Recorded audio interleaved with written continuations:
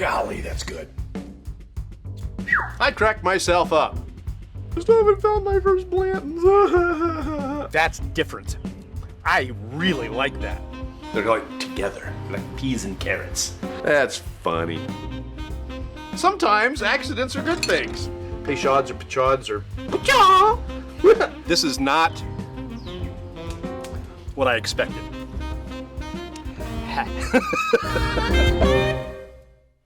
All right, it is not our normal night.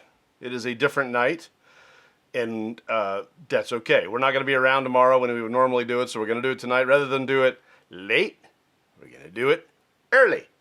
Woo! And as such, sometimes things they don't go quite as planned, but here we are. We're good to go. All right, yeah. Okay, so Sean's watching and Tom's watching. Thank you for that. Do appreciate it. I know it was kind of last moment that we put the notice up that we were going to do this, but Knob Creek. We've done a few of these. Let's see. We did the 12-year already. Put that over now. We did the 15-year already. That one, I believe, if I remember right, we did that with Mr. Jeff. Slide that over. Let's see. This one is the Kentucky Straight Rye. We haven't done that one yet. Kentucky Straight Rye. This one is the same as this one, but the bottles are from different eras. So that tells you how long it's been since I've had some of these. Let's see. Then this one's a smoked maple. We've had this one before. That was on Thanksgiving 2 years ago. This is the cask strength straight rye. I've had it, but we haven't done a Bourbcast on it. Spoiler alert. It's delicious. All right, so this one we can leave here for just a minute. We did the original 9-year small batch, and I was going through my stuff and I found out that I've got, and maybe I said this before, but I've got one of those that doesn't have the 9-year on it. There was a period of time that they went and they didn't put 9-year on there because they decided that they couldn't guarantee that the stuff would be in the barrels for 9 years. Then they kind of went, and they changed it, and they put the 9-year back on it. But this one actually is old enough that it doesn't have the 9-year on it anymore. But we have done the 9-year small batch. So let's see, this is that straight rye. We haven't done that one before.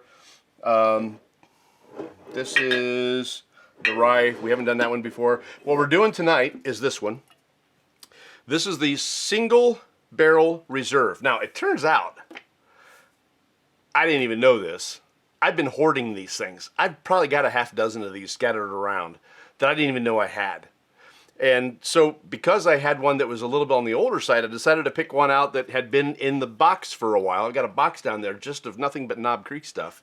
Well, the box is somewhat empty now because I pulled it out. But here's the other thing. I've had this bottle. Is this the one? Yeah. I've had this bottle in a while. That tells you the difference in age between these two, because this one is their old label from and this one is their new label from started I didn't know when they changed the label, but I got the old one. I don't know I got to taste any different. It just, well, at least not much, but it's a single barrel, so it might taste, slightly different because of that, but they don't age any differently in the bottle. You put them in the bottle, they stop aging. They only age in the barrel. By the way, I read something that you might be interested in. We are running out of white oak in the country and probably in the world, but it's supposed to be American white oak that these things rest in, and we're running out. Not at an alarming rate, but there's going to be a point where we're going to be, what are we going to do now? Because all the whiskeys, according to law, have to be in a new white oak barrel, newly charred for whatever it is, 1 through 4 or 5, whatever. But it has to be a new oak barrel, a new white oak barrel. It can't be a red oak barrel. It can't be a pin oak barrel. It has to be a white oak barrel.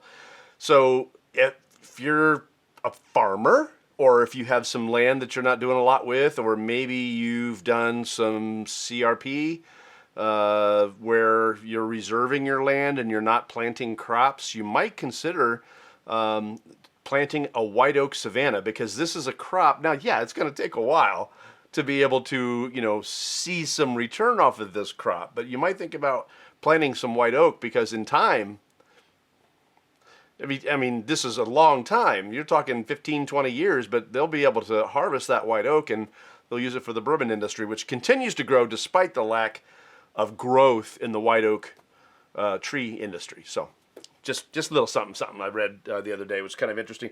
Let's see, Melissa's watching. Hey, Melissa, how are you? Bill, hi. Out of area. Aliens are coming. Shala is watching. Cree. Oh, everybody's here. We may have to switch to Wednesdays. This is great. All right, so we're gonna move these off of here. We're gonna come back to these. The cask strength rye and that's the same thing. And yeah, more rye. I do like rye. And then that's a twice barreled rye. We've had that, so that can go away. All right, there we go. Out of area. Yes, the aliens are coming. The aliens are coming. The aliens are coming. Now, this is the one downside to Knob Creek that I really just don't love. I don't love this wax. The longer it sits, though, the easier it is to peel, but the more of a mess it makes. And I know that they do it, and I know that Evan Williams has done it with some of their stuff, and I know that Maker's Mark does it, and I don't care. I don't care who does it. I don't like it. It's a mess. It's not pretty. It's not elegant. That's my opinion. I mean, because now I got to spend time cleaning up after myself with no place to put it. So I'll take it and I'll put it on this old Bourbcast piece of paper. That's from when we did the Derringer. Gosh, just yuck. Yuck. All right, so this is the single barrel reserve. It's a 9-year from Knob Creek. I got more to clean up because it broke right in my hand. All right, well, at least now I'm free of it. Oh my. Get.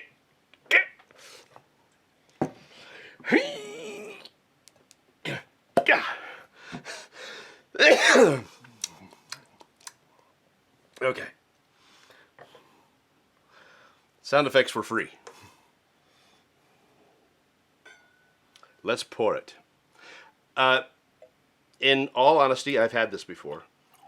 I know. I promised that I would never drink anything that was not on the Bourbcast, but that was a promise that I made after I had opened this and tried it for the first time. But we're going to go through and we're going to do a tasting because it has been a while since I've had this one, and I'm looking forward to getting back into it because I've got all this Knob Creek just laying around, as you can tell. I really like Knob Creek, and because I didn't think that I should drink it without reviewing it first, I know, that I didn't touch it, and I've been wanting to. So we're going to do Knob Creek. We're going to do those few series of the 4 that I haven't opened yet. So woot. All right. This comes from Jim Beam. This is Beam Suntory product. It's proof of 120. This is, now, just so you know, this is not the same mash bill as their 9-year small batch. The mash bill on this one is 77% corn, 13% rye, 10% malted barley. The small batch is just ever so slightly different, unless the reviewers or the places where I saw the mash bills, unless they're wrong, because it's so minuscule, it could just be wrong that they told us that it was different. But the mash bill on the small batch is 75% corn versus 77, still 13% rye, and 12% malted barley instead of 10, which is this one, 10%. Now, the 13% rye, I would say that that's kind of a mid-level rye as far as your mash bill. 18 is where I start to say it gets a little bit high. Anything under 10, I would say kind of a low rye. So this is right kind of in the middle. Knob Creek is part of that group of small batch whiskeys that include Basil Hayden and Booker's and Baker's. Of them, Baker's is probably my favorite. But this being a higher proof and perhaps a slightly different mash bill could provide me with some of the lovin' that I get when I try the Baker's. Baker's is only a 7-year, and this is a 9. And Baker's was 107 proof. This is 120. See, I just pull these facts. You drink as much bourbon as me. You'll pull out the facts after you wake up. All right, so Sean's talking. Sean says, KC12 is my favorite. Small batch is my second favorite KC product. Hey, I'm with you. I think the 12 is my favorite too. I had the 15. Almost just a little bit too smooth. That 3 years, it's good. But the 12 is so much better. And I might revisit the 12. I think that the time that we did the 12 was part of another Bourbcast a while back. And I think that was the one that we really got kind of plowed. So revisiting the 12-year would not be the worst plan of all. Depends on how many weeks are in October. And we got to set aside time for the Von Payne, right? We got to do the annual pour of the Von Payne. Because it's coming up on Halloween and the Von Payne, the gargoyle. All right, a little bit about Knob Creek. When this first came out, it was $42, and I haven't looked at it to see how much it was now, because time got away from me. First Knob Creek bourbon was introduced in 1992, named after the nearby Knob Creek Farm. Shares the same general formulation as Jim Beam, but is aged and packaged differently.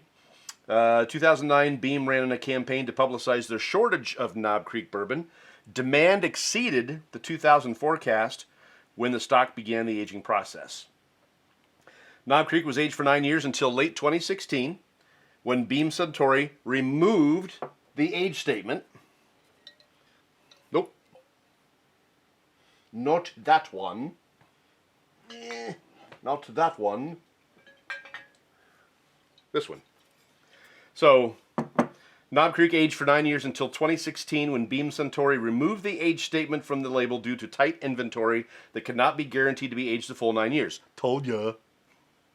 Mid-2019, Beam Suntory announced the age statement would return to bottle labels sometime in 2020. So this is probably a 2019 bottle. That's about the time that I started to collect. Back then it was just for photographs. I was taking pictures. That's okay. I was taking pictures of the stuff I was drinking, and then it just slowly but surely turned into this, and this is more fun. This goes back to kind of the explanation that I always say that Instagram is boring, and this is fun. And pictures, yeah, you could say a lot of words with pictures. And tonight's picture, this is no slouch. This is a pretty picture. Let me go back to it. Just taking a few minutes before we got started. So, the sun's perfect right now when we took that shot. And we actually have sun. It's not cloudy. So, all right, here we go. Let's get into it. Now that we've been talking for 17 minutes. Whew, this has got some nose now. 120 proof. Some of those, this is spicy. And that's the thing I like about Knob Creek is it's got for only 13% rye, it's got a really nice rye spice. This is going to present itself as a rye heavy, a high rye, even though it really isn't. And I can't help but wonder if it's because they let the rye sit. Well, they have to. If they blend it and they put it in the barrels, you're going to have that rye sitting as long as the corn. They don't do it separately and blend it. That rye is going to take its time, and it's going to get a little more tannic, and it's going to get a little more spicy. And Aaron's watching. Hey, Aaron, how you doing? Glad you're with us. So the cinnamons are popping out of this. There's a really nice brown sugar note too. Some black cherry. I read something that said that they got a little bit of, what was it, leather on the end of the nose, and I don't get that at all. I mean, I have to really convince myself because there's a really nice sweet note. I think that's the vanilla. It's almost, I mean, as spicy as this is, it's got a really sweet nose in certain areas. Teresa's watching. Hey, Teresa. I'm glad you're here.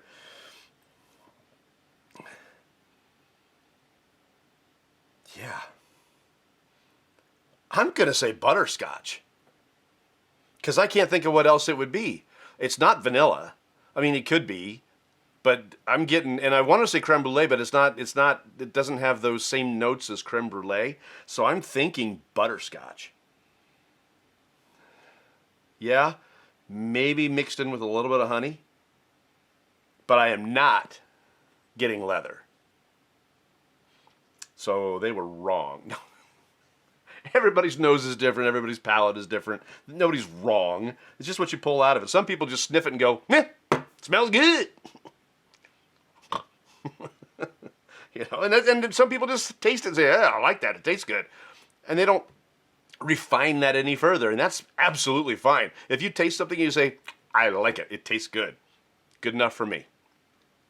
Should be good enough for everybody. But I like pulling out notes. All right, so here we go.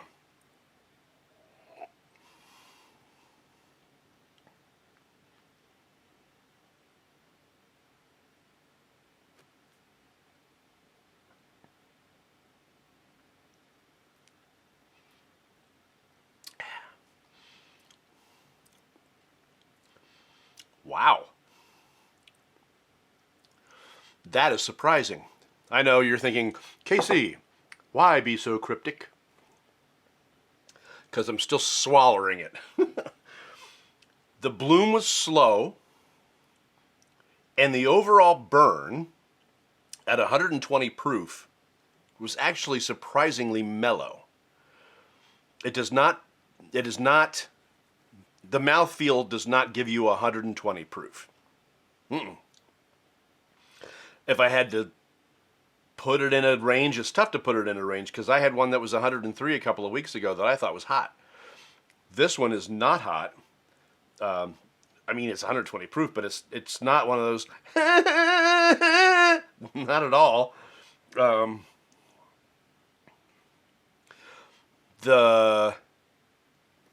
What I'm getting on the finish is bringing me a little of those leather notes. All right.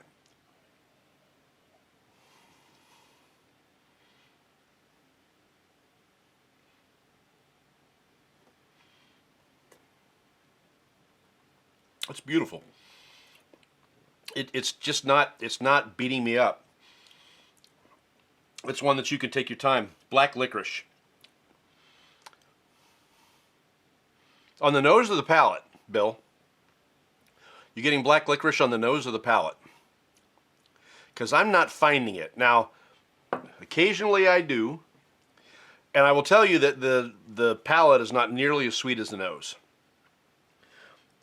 I'm getting back to Bill and trying to figure out if that black licorice is getting on the schnozola or the palatola. that could be a drinking thing that we do to cure cancer. You've heard of Palatonia, whatever that is? Palatonia. Bourbon to save the tatas. So you're getting black licorice on the palate. I can agree with you on the finish. I don't have that on the palate, but on the finish I do. Had you not mentioned it, I wouldn't have noticed it, because I'm getting some leather there, and it's a long-ish finish, but it's at the same time kind of not. They're like there's pieces of it that stick around, and then the rest of it go away. So, do you like that, the Palatonia? Do you think we'd get sued? Copyright infringement? That's more than just. Is that just for tatas? You can tell I don't live in that world. I don't know.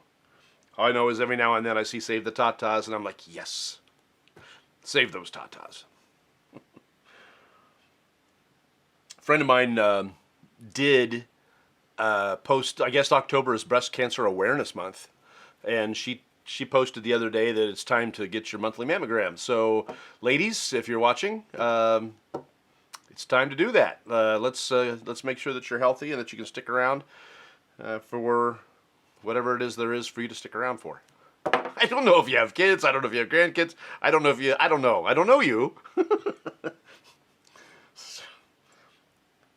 Yes, it's on the finish. All right. You and I agree that there's black licorice on the finish. All right, let's get back into it.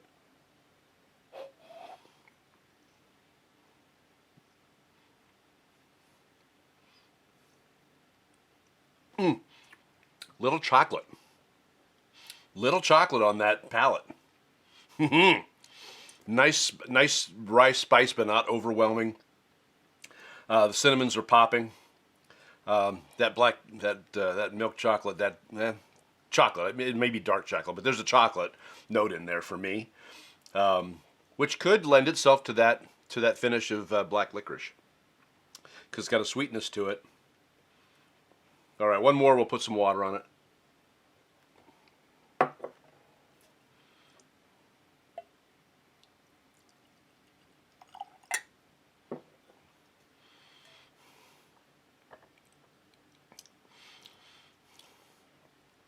A little more, a little more honey on the palate. When we were nosing it, it was more brown sugar than honey. Now I think it's more honey than brown sugar. That got hot. I drank too quick together, I think. But yeah, I mean, it's 120 proof. It's not going to give me any mercy if I overdo it. All right. There it is. All right. Now, we've been doing something lately that is different than the way we've been doing it. For those of you who are watching for the first time in a minute, we were adding a full milliliter of water to some of these pours. Recently, we've been going down to just a couple of drops. Maybe half a milliliter, but sometimes just a couple of drops. So tonight, in order to open this up, I'm going to give it like 4. Because 4 is one of my lucky numbers. I love the number 4. So, 1, 2, 3, 4. We like to serve all audiences here. In Japanese, I think that's chi. I think 4 is chi or something like that. So, domo arigato. All right. My son fancies himself a Japanese aficionado. He likes sushi, and he likes anime. So, he'll talk to me in Japanese because it's something he heard on a movie or something that he saw on a cooking show. That's all the Japanese he knows. And it makes it seem like he knows Japanese. My father was like that. My father would say things like, Dunkov. Call me a dumbass, you know, or dumbhead, I think is what actually Dunkov means. And because he could say Dunkov and maybe like a couple of phrases, he said, I speak German. No, you don't. So it must run in the family. Greg is with us. Hey, Greg. Welcome to the show. We have done the Knob Creek already neat. I know this was without warning. We just decided to kind of do it on a Wednesday because I'm not going to be around tomorrow. I got stuff. So we're doing it tonight. This is the Knob Creek, the single barrel reserve. It's 120 proof and doesn't drink like 120 proof. It's actually quite sedate for 120 proof. That 9 years in that barrel did this a favor by knocking down some of that punch. Really some great flavors on this. The nose is very sweet. The palate, not as sweet. And the finish, definitely not as sweet. A little more earthy. Black licorice and maybe a little bit of leather. So this is with a little bit of water.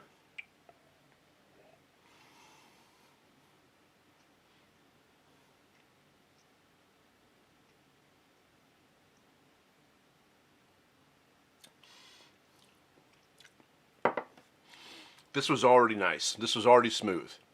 Just a few drops of water. It's like it took a sander to the rough edges. Brought it all together.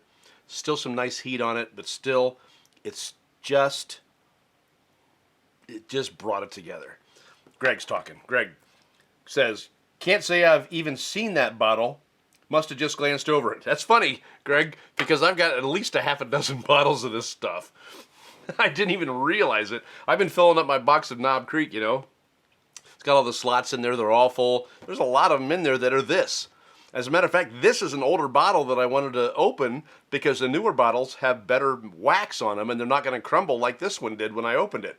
This one probably opened easier than the newer bottles will, but it probably made a bigger mess than the newer bottles will. So, and I was showing earlier, and gosh, I don't know if I can reach it now. That's that one, and that's that one, and somewhere around here I have the, no, somewhere I had, I don't know what I did with it now. Oh, no. Yeah, there it is. This is the original. This is the one that. So this one has 9-year on it. This one does not. So this must have been somewhere between 2016 and 2019 that they did this, because the age statement went back on it in 2020. And this one, let me look. I want to make sure that I'm not shucking and jiving you. And it's not on there. There's nothing on there that says 9 years. So this must have been that 3-year period where they didn't have the age statement on the Knob Creek. But this is the same thing as that. It's just an older label without the 9-year on it. So we're going to leave that up here so I ain't got to look for it no more. I like the Knob Creek Smoked Maple to give to not bourbon drinkers as a try. This.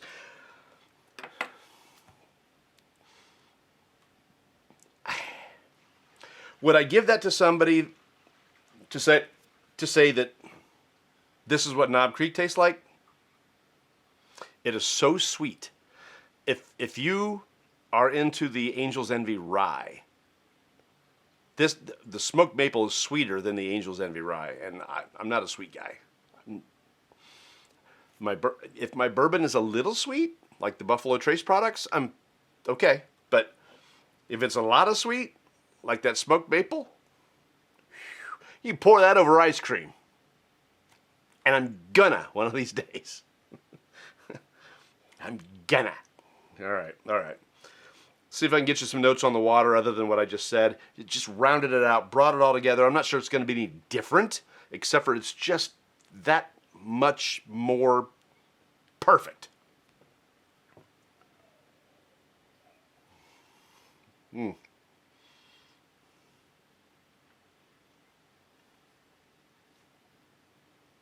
That is some quality Burb 2.0. I just made that up. I don't think that's a thing. Until now. Now it is a thing. Burb 2.0. Bourbon with a little water on it. 4 drops. Burb 2.0. Burb 4.0. Nah, Burb 2.0. All right, so let's do this.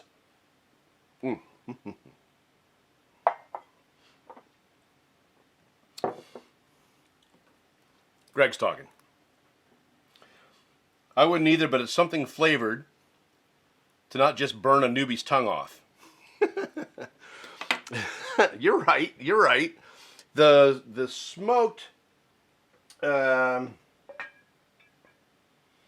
find it. There it is. Okay.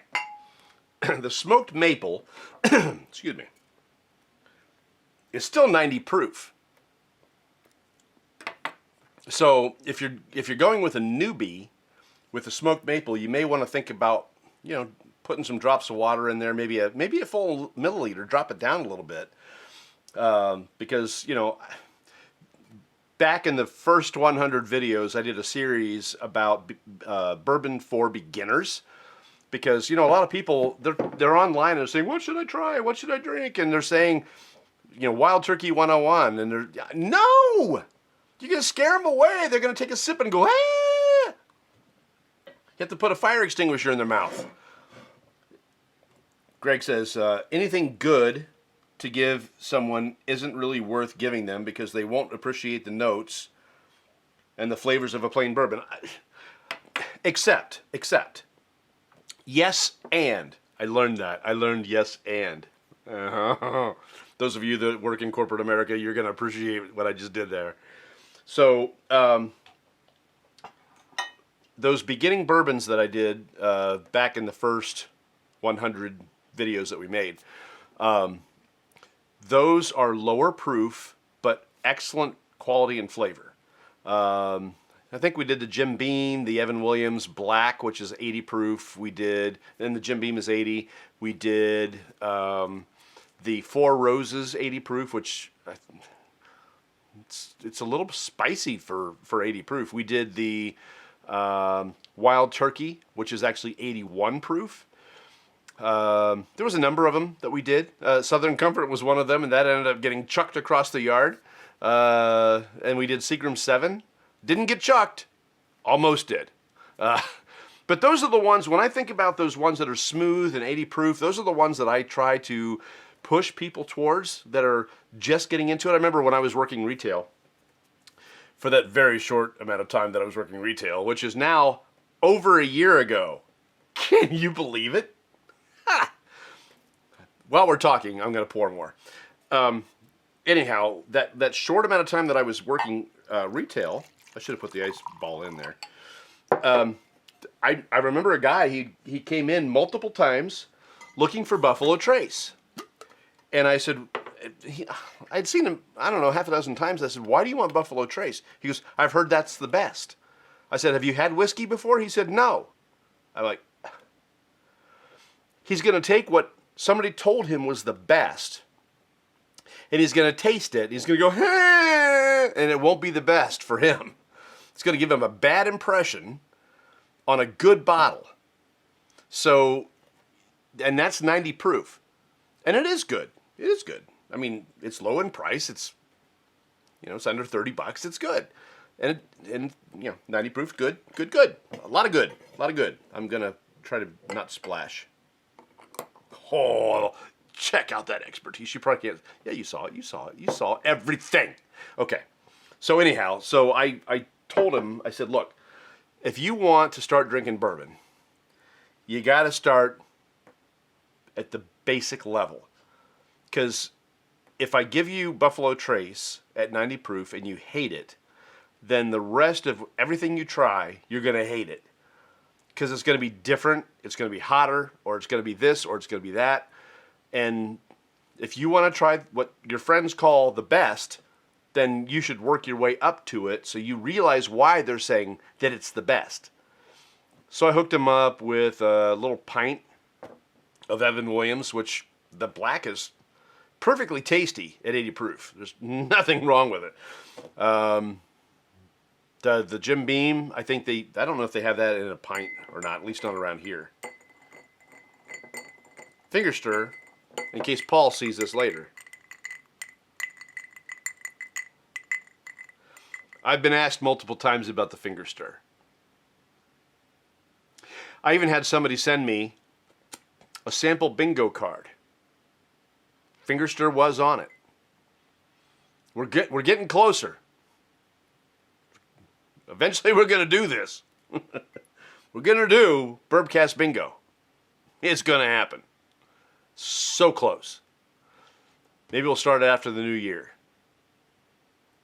Like one card per month. 4 Bourbcasts to fill out your bingo card. Because you notice today I haven't talked about gorgeous ice sphere. Oh, shit. I did it.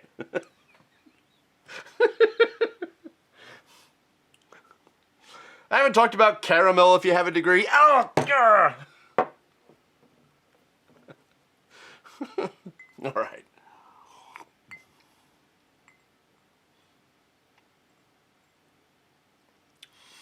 On ice, that brings out some of the sweeter notes that I found before. Really quite nice. 120 proof. It's not gonna fall too far with an ice sphere on it, or an ice cube, if you're so predisposed.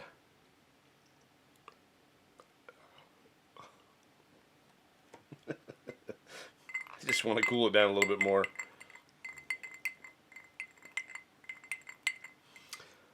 I have a confession. This is a used ice sphere. So it's a little smaller. Melting quickly. It's like half the size it was when I put it in already. I just didn't get the time to make any. I'll make some. I will promise. Next week when we come back, I'll have some new ones.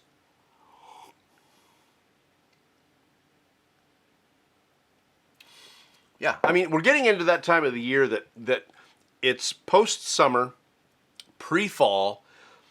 If you like bourbon, but you like it in the cold months, you're starting to dig in. If you like bourbon year-round, you're good to go. Anyway, this one holds up nicely on ice. It's got great flavor. The burn is gone because we're muting the flavors just a little bit, and we're watering it down just a little bit. But I can tell that's 120 proof. Even though it didn't burn, I can tell it's 120 proof. I'm having trouble articulating because it's 120 proof. Anyway, with the ice, it comes together nicely. It's better on water. Can't beat neat. That should be a t-shirt. But the ice is fine. If you like your bourbon cool, this is a great one for this. So this is the single barrel reserve. Keep looking at it. Single barrel reserve from Knob Creek. Next week we're going to come back. I hope it's on the normal day, and if it isn't, that's fine. I want to hit the... I want to get it. Got to find the right one. Hold on. It's one of these three. This one. And funny enough, this is the only one I have of this. And I had to travel for a ways to get this because it was going on last call, which means it may not even be available in Ohio anymore. I have to look it up. Everything that's on last call doesn't necessarily not come back. It could be because of the label changes. It could be because of this, because of that. And then it ends up coming back in a new iteration the next year. But this was the last of its kind. This is the cask strength straight rye whiskey, barreled in 2010. So if it's a 9-year, that means this is a 2019 bottle. And this is what we're going to do next week as we go through our Knob Creek series on beautiful bourbon. I want to make sure I'm not missing anything. I'm not missing anything. Thank you for joining me. Incredible amount of fun to do this, and I don't drive after this. Next week, I'm going to try to get back on Thursday, but if Wednesday's better, just let me know because this has been great. You guys are showing up, and that's awesome. I appreciate it. So thank you for doing that. In the meantime, have a great week, what's left of it. Enjoy that fall that's on its way. Those leaves are going to start to fall. And luckily, my daughter has a boyfriend who says he will do the raking of the leaves. Yes! We will see you next week with the Knob Creek Rye Barrel Strength. See you then.